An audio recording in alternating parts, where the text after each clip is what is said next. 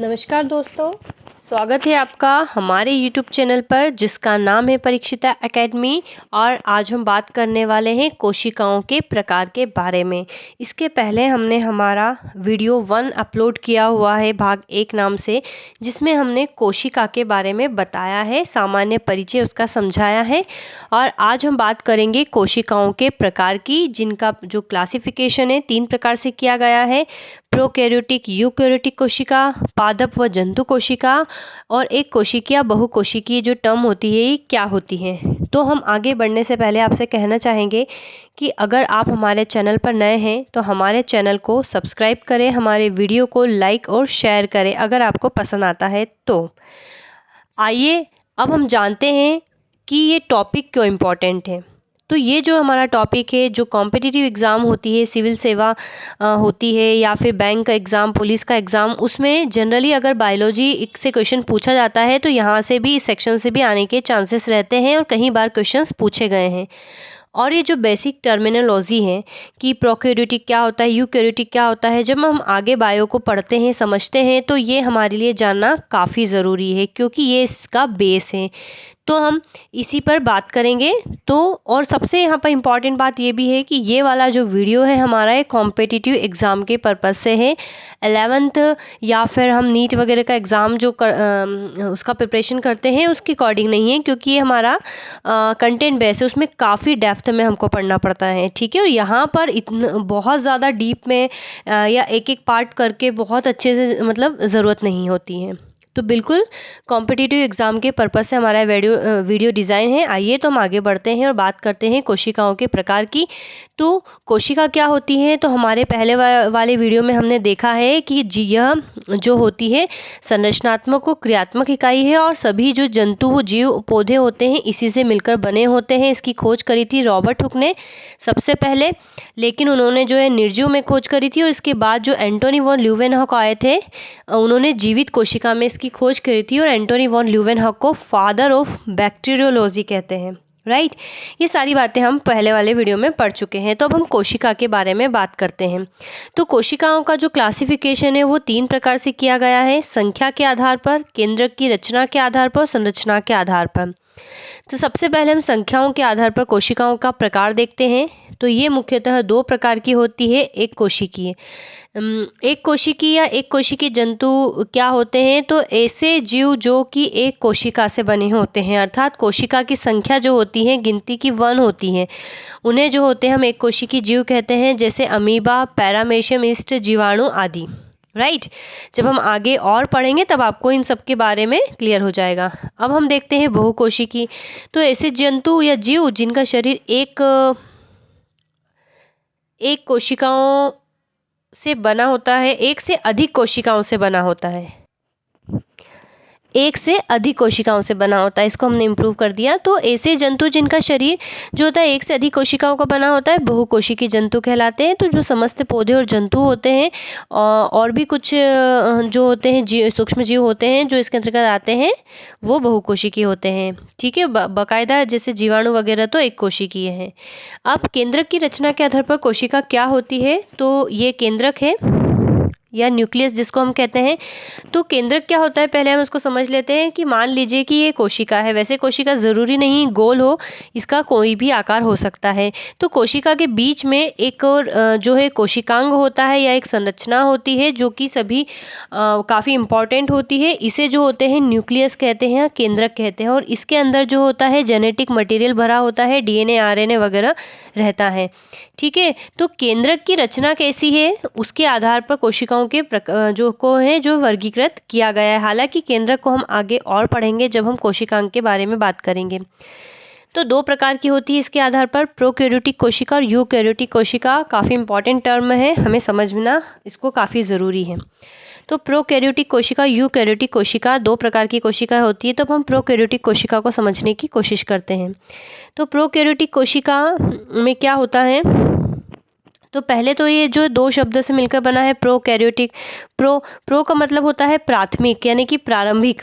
तो जो प्राथमिक या अविकसित कोशिकाएं होती हैं इनके केंद्रक के चारों ओर जो होते हैं न्यूक्लियर मेम्ब्रेन नहीं होती है। अर्थात जो न्यूक्लियस होता है कोशिका के अंदर जो न्यूक्लियस होता है इसके चारों ओर एक प्रकार की मेम्ब्रेन होती है जनरली हम जैसे उच्च प्राणी के जंतुओं में, लेकिन जो होती है इसमें नहीं होती है।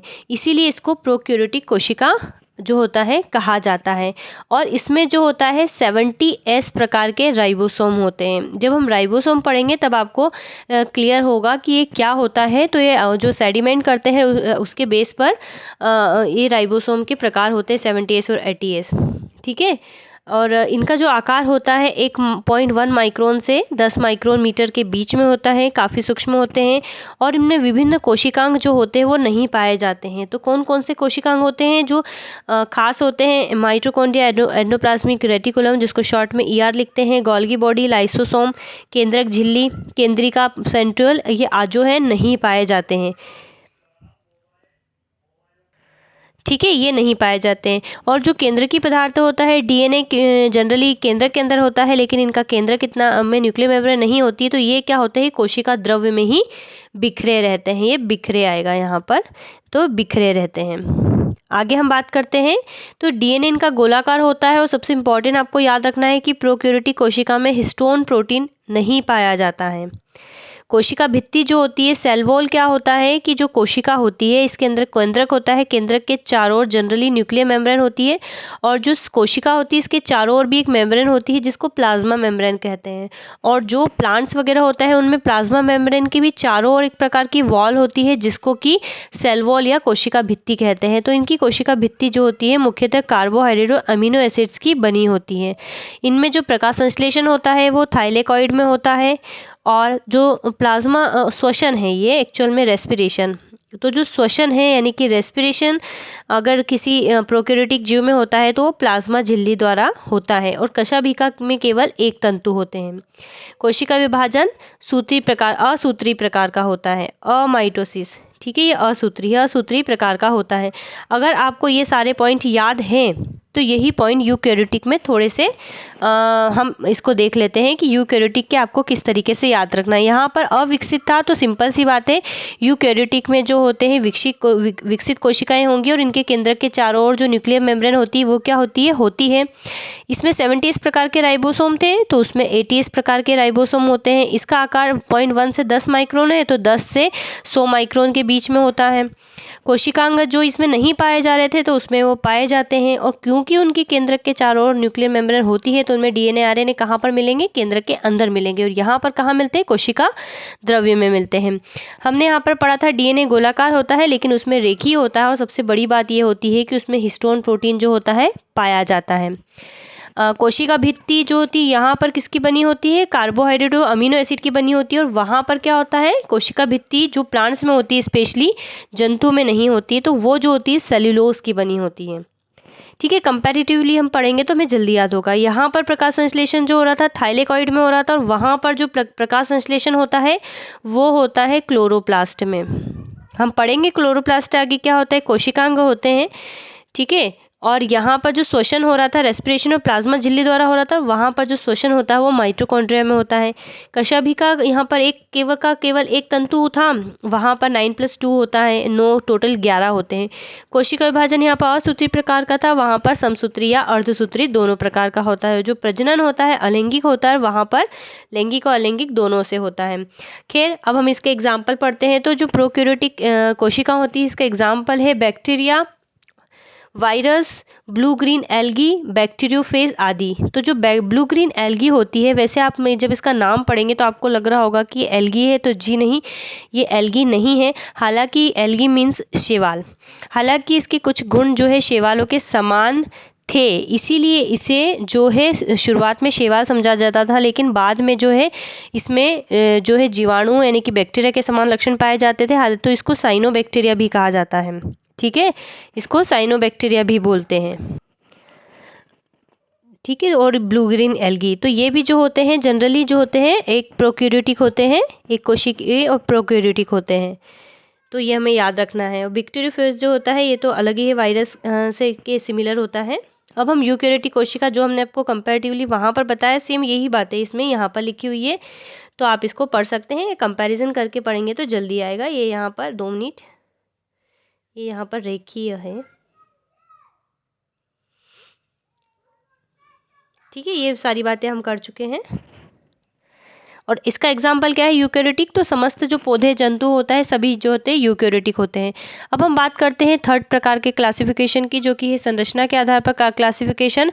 तो वैसे तो जनरली जो पौधे और जंतु होते हैं इनकी कोशिका समान होती है, लेकिन इनमें कुछ विभिन्नताएं भी पाई जाती है कोशिकांगों को लेकर, तो हम उसकी बात करेंगे। अर्थात संरचना के आधार पर जो कोशिकाएं होती है वो 2 प्रकार की होती है। कौन कौन सी होती है, तो पादप कोशिका और जंतु कोशिका, अर्थात प्लांट सेल और एनिमल सेल। तो हम इसके बारे में बात करते हैं, प्लांट सेल क्या होती है। तो सिंपल सी बात है, प्लांट कोशिका जो होती है प्लांट में मिलती है, पौधों में पाई जाती है। और इसमें क्या होता है कि इसमें एक सबसे इम्पॉर्टेंट चीज़ है जो इसे जंतु से अलग करता है, वो होता है कोशिका भित्ति या सेल वॉल। हमें पता है कि कोशिका भित्ति या सेल वॉल क्या होती है। सपोज ये कोई कोशिका है और कोशिका के बाहर जो होती है, हमने पता है प्लाज्मा मेम्ब्रेन होती है, इसके बाहर जो होता है सेलुलोज की बनी हुई जो होती है कोशिका भित्ति होती है या सेल वॉल होता है। सेकेंड है, इसमें क्लोरोफिल पाया जाता है जो कि इम्पॉर्टेंट पिगमेंट है, ठीक है। क्लोरोफिल के कारण ही जो होते हैं पौधे अपना भोजन खुद बना पाते हैं। इनमें वैक्यूल होता है, एक प्रकार का कोशिकांग है। हमारे जब नेक्स्ट वीडियो में हम बात करेंगे तो आपको और क्लियर हो जाएगा। इसमें सेंट्रोसोम नहीं पाए जाते। अब इसमें नहीं पाए जाते तो सिंपल सी बात है, जंतुओं में पाए जाते होंगे, जंतु कोशिका में। इसमें लाइसोसोम भी नहीं पाया जाता और सेल प्लेट कोशिका विभाजन के समय बनता है। ये सबसे मुख्य 6 बिंदु हैं जो कि इन्हें प्लांट कोशिका से अलग करते हैं। अब बिल्कुल आपको ये याद है तो प्लांट सेल्स भी याद हो ही जाएगी, क्योंकि बिल्कुल इसका वाइस वर्सा है। तो जंतु कोशिका की हम बात करते हैं, एनिमल कोशिकाओं सेल्स की, तो कोशिका भित्ति नहीं पाई जाती, क्लोरोफिल नहीं मिलता, वैक्यूल नहीं मिलता, सेल प्लेट भी नहीं बनता है, क्योंकि कोशिका संगठन द्वारा जो होता है, संवर्धन द्वारा जो होता है विभाजित होती है। सेंट्रोसोम पाया जाता है जो कि कोशिका विभाजन में मदद करता है, और लाइसोसोम भी इसमें पाया जाता है। जितने भी शब्द हम पढ़ रहे हैं, क्लोरोफिल, कोशिका भित्ति, ये सारी चीज़ें हम कोशिकांग में पढ़ेंगे। तो बस आज के लिए दोस्तों इतना ही। तो आज हमने बात करी कोशिकाओं के प्रकार की। अब हमारे जो नेक्स्ट वीडियो में हम बात करेंगे वो हम बात करेंगे सेल ऑर्गन्स की। जो जितने भी कोशिकांग होते हैं, सेल ऑर्गन होते हैं, कोशिका के किससे मिलकर बनी होती है, माइटोकॉन्ड्रिया क्या होता है, कोशिका भित्ति, प्लाज्मा मेम्ब्रेन, न्यूक्लियस, सारी बातें हम हमारे नेक्स्ट वीडियो में करेंगे। तो आई होप आपको हमारा आज का वीडियो पसंद आएगा। अगर आपको हमारा आज का वीडियो पसंद आया है तो हमारे वीडियो को लाइक, शेयर और कमेंट ज़रूर करें। Thanks for watching.